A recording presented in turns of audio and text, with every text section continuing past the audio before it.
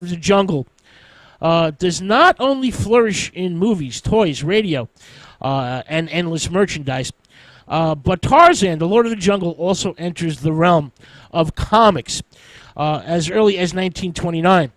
The most famous jungle man in the world has his own daily newspaper comic strip, syndicated in over 200 newspapers.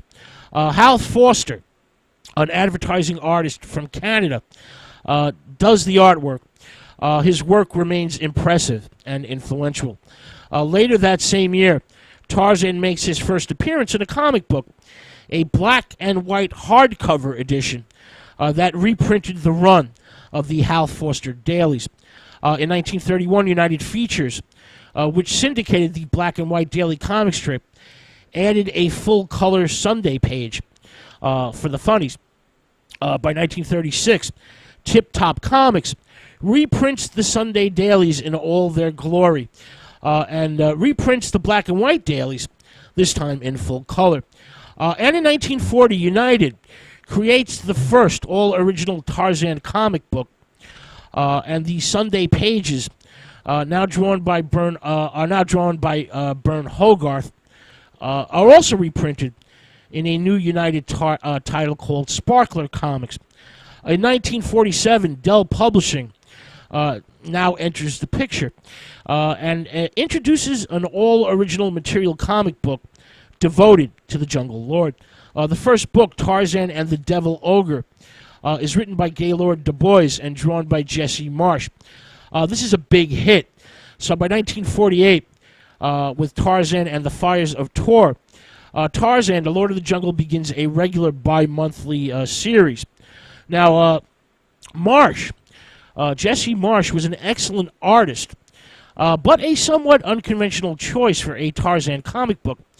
Marsh had a lushly inked, realistic style, rather than a heroic, larger-than-life manner used by Hogarth.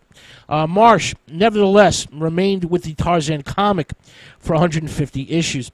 Now, the Dell Publishing Company, with Gold Key Comics, continues with the Tarzan comic books until 1972, with Du Bois remaining with the series as scriptwriter until the end. DC Comics then licensed the property from the Edgar Rice Burroughs estate and decided to bring out its own version, its own comic book version. DC gets back to basics, and the first issues of the new Tarzan comic book are an adaptation of the first novel, Tarzan of the Apes.